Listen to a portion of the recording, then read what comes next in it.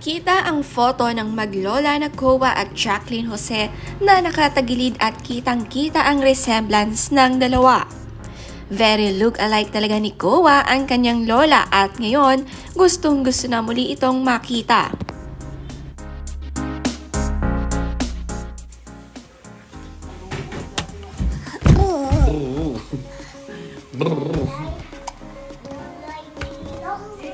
It's like balloon.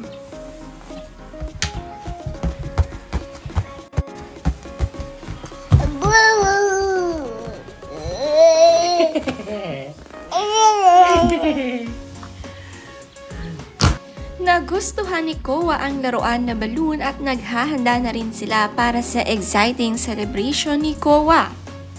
Si Papa Philmar masaya na makakasama ang anak.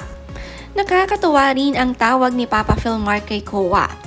Andy Boy nga niya kung tawagin dahil Andy na Andy talaga si Kowa.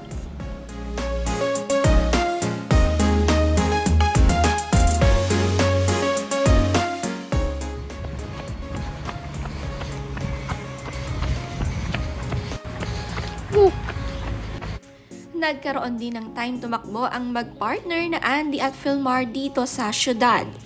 First time ito ngayong taon, hindi gaya sa isla, halos araw-araw nagagawa nila ito. Ngayon ay kung kailan lang sila may time, sa kanila ito nagagawa. Happy naman ang mag-asawa na magkasama pa rin sila hanggang ngayon.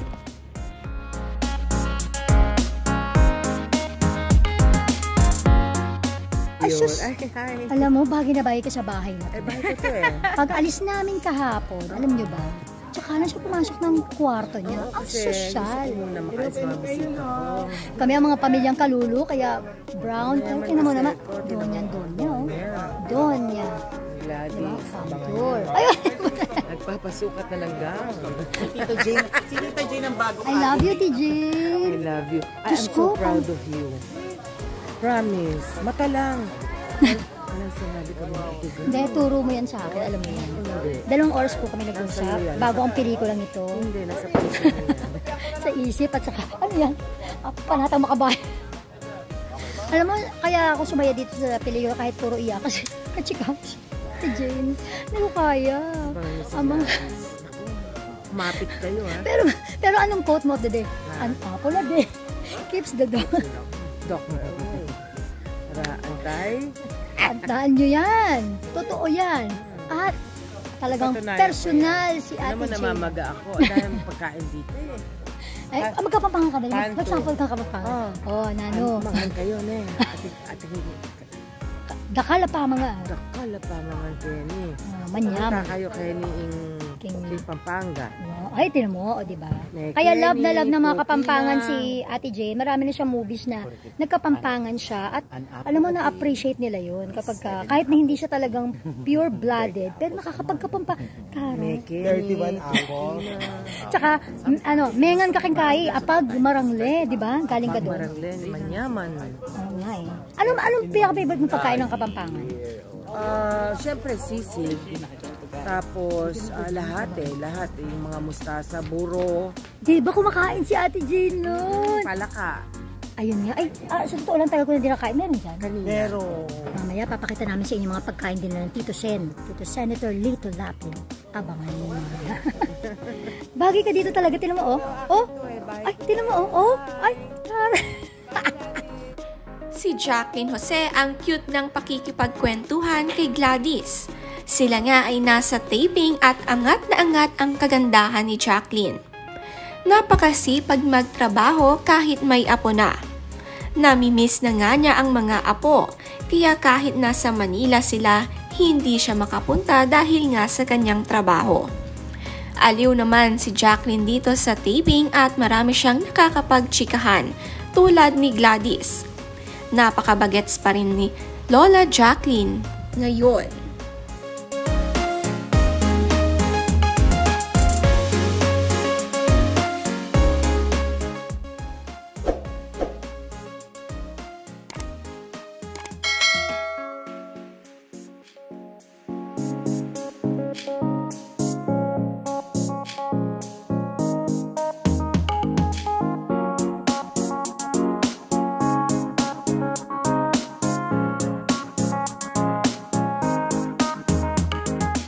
dahil Riders energy nga. mukha ng mga udog. Nami ka. Sa bahay naman ni na Andy sa isla, sina Yogi at ibang kaibigan nito ang gumagamit ng bahay. Ito nga ang kanilang dinner na pinaghahati-hatian. Sama-sama pa rin at tulungan ang mga magkakaibigan dito.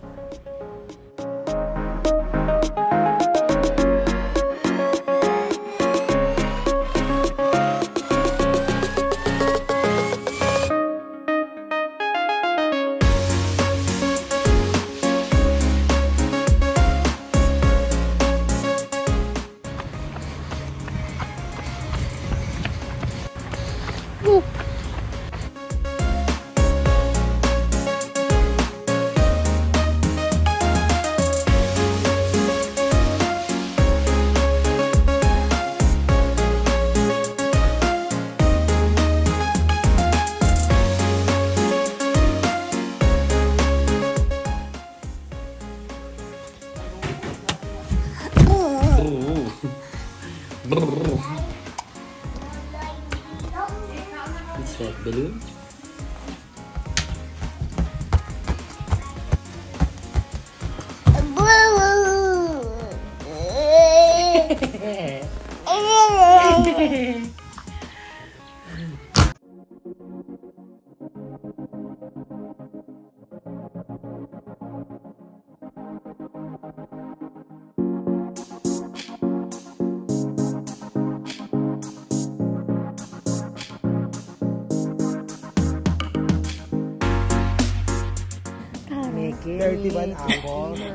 Tsaka, mengan kakingkay, apag marangle, di ba? Galing ka doon. Marangle, manyaman. Oo nga eh. Anong pinaka-favorite mong pagkain ng Kapampangan? Siyempre, sisig. Tapos, lahat yung mga mustasa, buro, Di ba kumakain si Ate Jane nun? palaka, Ayun nga. Ay, sa totoo lang tagal ko na di nakain. Meron dyan. kanina. Pero, Mamaya, papakita namin sa inyo mga pagkain din ng Tito Sen. Tito Senator Lito Lapi. Abangan nyo mga. Bagay ka dito talaga. Tinan mo, oh. Oh. Ay, tinan mo, oh. Oh. Ay,